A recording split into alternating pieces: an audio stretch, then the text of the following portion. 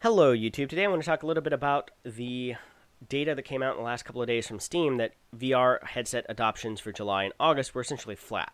That means sales was most likely flat for those devices. And my reasoning and rationale for that is it was summertime for the vast majority of those living in the Northern Hemisphere. And that meant people going on vacations, which are expensive, people with kids getting ready to go back to school, which is expensive. A lot of people just don't typically drop $1,000 to $1,500 on new GPUs and headsets in the months of July and August. It'll be more interesting to see what the adoption rates are after the end of this year, after we've gone through a holiday sales period. I think that's going to be the true indicator of whether or not it's going to reach mainstream. And I think that there's still going to be delay in uptake on this technology because people like me, who generally are technically adept, are on the back sidelines waiting to see how some of this plays out. That's the other thing hindering the sales.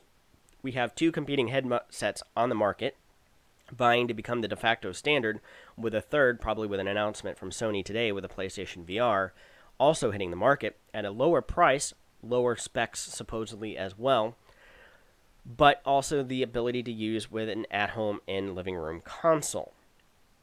And that kind of intrigues me a little bit because I know that we're planning on buying a PlayStation 4.5 this holiday season.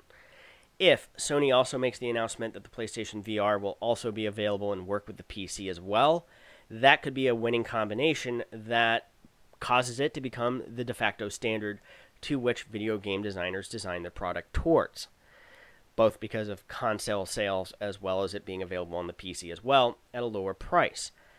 I can tell you this much, whenever I get my farm rent check in at the end of the year, I might be more intrigued at going ahead and adopting a PlayStation VR at this point than I would necessarily a Rift or a Vive. The other thing is my PC is a GTX 970, perfectly fine for playing on the monitors that I play on right now, but if I really wanted to get a good, decent VR experience, I would need to upgrade video cards, and I'm just not really ready to do that yet. I planned on waiting for VR another year until we got to see what was going to be coming out in, say, a CV2 or a Vive 2, and really waiting for the 11 series or whatever comes next in terms of video cards from both AMD as well as, NVIDIA, in terms of this is the first generation of video cards that were kind of tailored that can work with the VR well. I really want to see what they're going to be pushing with the second generation of cards that come out that are even more designed specifically to take advantage of that technology. So that's really what I'm waiting for before taking the plunge. Despite having got to play Elite Dangerous with a DK2 about 16 months ago, a buddy of mine had one. He went on vacation for a couple of weeks and let me borrow it. It was a truly awe-inspiring playthrough, those 2 weeks. If you think Elite Dangerous is good now, it is just phenomenal in VR. If you think that Elite Dangerous is so-so, you'll think that it's absolutely awe-inspiring in VR. That's the only way that I can describe it, but yet I'm not rushing out to go and take the plunge into VR quite yet. Which is going to interestingly lead to this chicken or the egg conundrum that software developers are going to find themselves in. You need to design for VR from the outset. There's very few titles that you can basically go shoehorn it in at the last minute and make it work well. At the same time, software developers and game studios are not going to take the time and effort to do so unless there's a critical mass appeal in the marketplace and demand for that technology to be there. So it becomes one of those problems of chicken or the egg. You know, they need people to widely adopt the technology before it's really viable for them to design and develop it for it. At the same time, the technology really needs people to design and develop for it in order to create that mass market appeal. And that's where I don't know if VR is ultimately going to be successful or if it's going to be one of these flash in the pan technologies that go the way of the zip drive in a few years.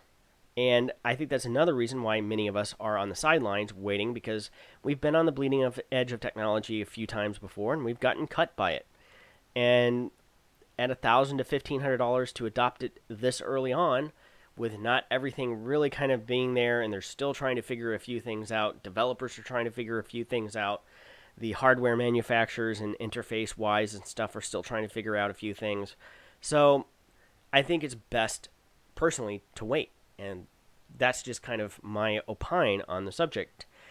Be sure to like and subscribe if you haven't already. Be sure to let me know what headsets you're looking at in the comment section down below, and what your plans are for adopting this technology, or whether you plan not to adopt this technology. I know another consideration that I have is whether or not to build about a 100-inch wraparound screen and get a 4K projector in a couple of years and call it good enough, as we'll probably have kids by that time, and being totally immersed in a headset, means that you really can't keep an eye on the kid at the same time, where if you have a monitor or a movie screen or something like that, you can look over and keep an eye on the kid in the playpen. So things to consider.